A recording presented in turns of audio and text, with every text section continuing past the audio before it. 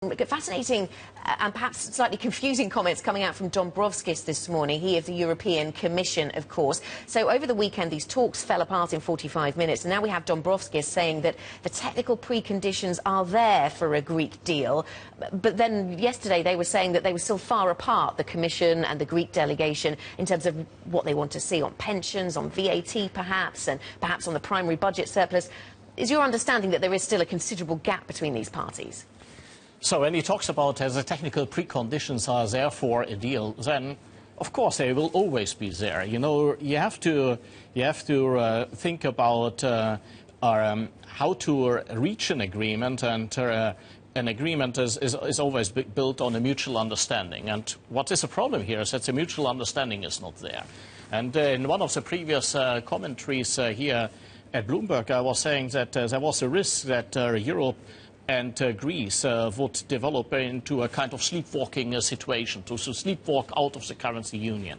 That has to do with the non-understanding of the position of each other. So, and you see this currently happening. So the Europeans are coming up with proposals, but a key element of that is they wanted to keep a rule-based currency union in place. So it is rule-based. And against that you have Greek pragmatism.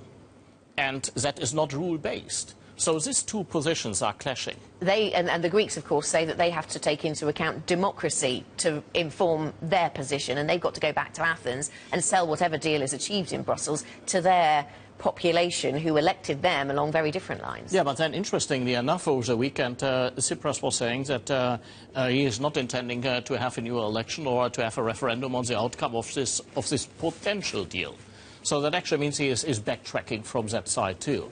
And I guess it is all about power. That is all about where is the position of the Greek Prime Minister in future if he signs on a deal which is not getting the majority within his own party.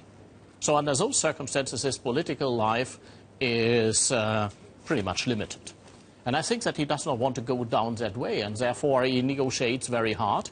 And he is using the remaining optionality to get a very supportive deal for Greece.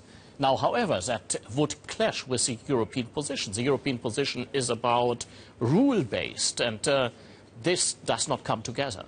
And that is a real risk here. When is the deadline for you, then, for Greece? We were asking on Twitter today, when is the deadline? Is it the end of June? Is it sometime in July? Is it even further into the autumn? Do we kick the can again? Yeah, well, I would say there's a soft deadline at the end of this month, but the real big thing is going to come around the 20th of July. That is when the Greek government will have to pay the ECB. And the reason why I regard it as important, because if that payment would fail, then under those circumstances you would have confirmation of the European Central Bank having funded a national sovereign. That could have implications in respect of the upcoming decision of the German Constitutional Court concerning the OMT, which is still pending. Now, this week, according to the German magazine Spiegel, we will get on Tuesday, we will have the decision of the European Court of Justice. That is the recommendations they are going to spell out for the German Constitutional Court in respect is the OMT in line with European laws. And then the German Constitutional Court has to spin it further. So that are the big points.